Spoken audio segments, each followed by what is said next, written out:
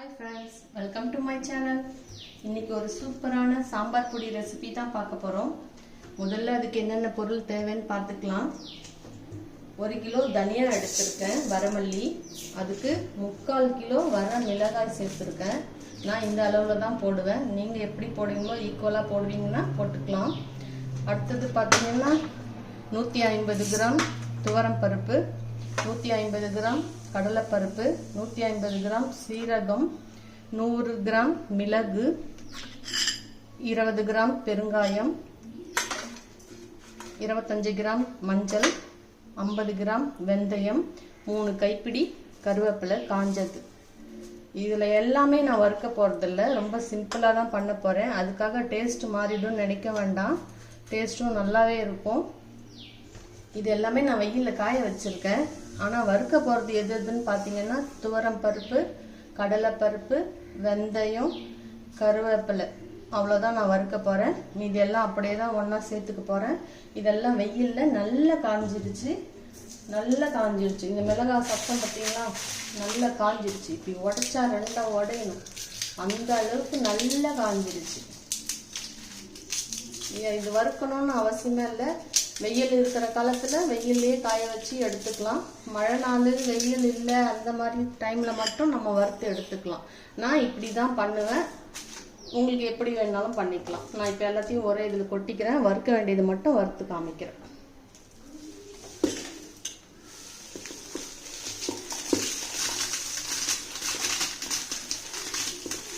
இது ரொம்ப ஈஸியா பண்ணிடலாம், ரொம்ப கஷ்டமே இல்லை.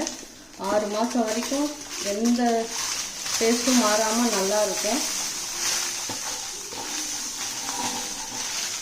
நல்லா காய வைக்கணும், அதுதான் ரொம்ப முக்கியம். நல்லா காயணும், இப்படி உடைச்சா உடையணும், அந்த அளவுக்கு காயணும். இந்த சீரகம் நான் அப்படியே போட்டுக்கிறேன்,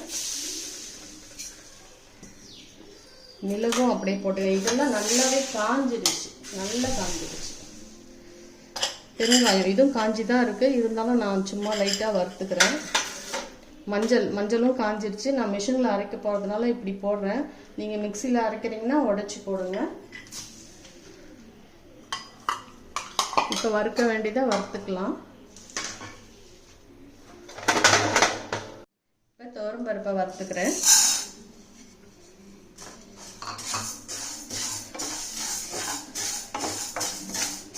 மிதமான தீயிலே வச்சு கடாயில வருங்க, இல்லைன்னா கறியிடும்.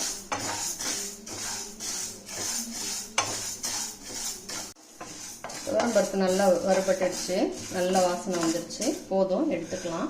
இது நல்லா ஒரு தட்டில் கொட்டி ஆற வச்சுக்கலாம். அடுத்து கடலை பருப்பு,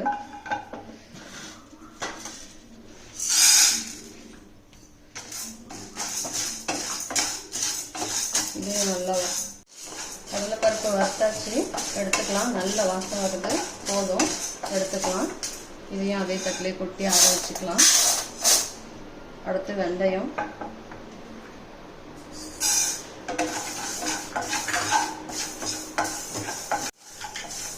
வெந்தயமும் வறுத்தாச்சு, எடுத்துக்கலாம். இதையும் அதே தட்டில் வச்சு ஆற வச்சுக்கலாம். அடுத்து பெருங்காயம் நல்ல வெயில்ல காய வச்சுட்டேன். உங்களுக்கு சத்தம் கேட்குதா? நான் அப்படியே தான் வறுக்கிறேன், எண்ணெய் போடல. இது கூடவே 3 கைப்பிடி கருவேப்பிலை போட்டுக்கிறேன். இது நல்லா காஞ்ச கருவேப்பிலை தான், இருந்தாலும் ஒரு முறை வறுத்து எடுத்துக்கிறேன். இப்போ கருவேப்பிலை பெருங்காயம் வறுத்தாச்சு. இதையும் நல்லா ஆற வச்சு எல்லாத்தையும் ஒன்றா போட்டு மிஷினில் கொடுத்து நான் அரைச்சிட்டு வரேன். மிஷினில் அரைக்கும் போது பார்த்தீங்கன்னா அரைச்சி முடித்த பிறகு அங்கே அதை ஆற வைக்கிறதுக்கு இடம் இருக்கும், அங்கேயே ஆற வச்சு எடுத்துட்டு வாங்க. இல்லைன்னா பொடி கருகி போன மாதிரி ஆகிடும், டேஸ்ட் நல்லா இருக்காது. அதனால அங்கேயே ஆற வச்சு எடுத்துட்டு வாங்க.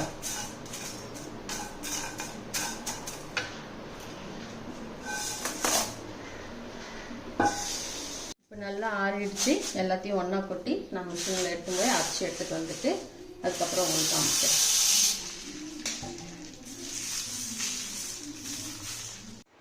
நான் இப்போ அரைச்சிட்டு வந்துட்டேன் மிஷினில். நல்லா ஆறிடுச்சு, நல்லா ஆற வச்சு தான் எடுத்துட்டு வந்திருக்கேன். நீங்கள் ஸ்டோர் பண்ணும்போது கொஞ்சம் கூட சூடு இருக்கக்கூடாது. சூடு இருந்துச்சுன்னா சீக்கிரம் கெட்டு போயிடும். நல்லா ஆற வச்சு ஸ்டோர் பண்ணுங்கள். டெய்லி யூஸுக்கு ஒரு சின்ன டப்பாவில் போட்டு வச்சுக்கலாம். இந்த சாம்பார் பொடியை வச்சு எல்லா வித சாம்பாரும் செய்யலாம், எல்லா வித புளிக்குழம்பும் செய்யலாம். நல்லாயிருக்கும், நல்ல வாசனையாகவும் டேஸ்ட்டாகவும் இருக்கும். ட்ரை பண்ணி பாருங்கள். இந்த வீடியோ பிடிச்சிருந்தால் லைக் பண்ணுங்கள், ஷேர் பண்ணுங்கள், சப்ஸ்கிரைப் பண்ணுங்கள். தேங்க்யூ ஃபார் வாட்சிங்.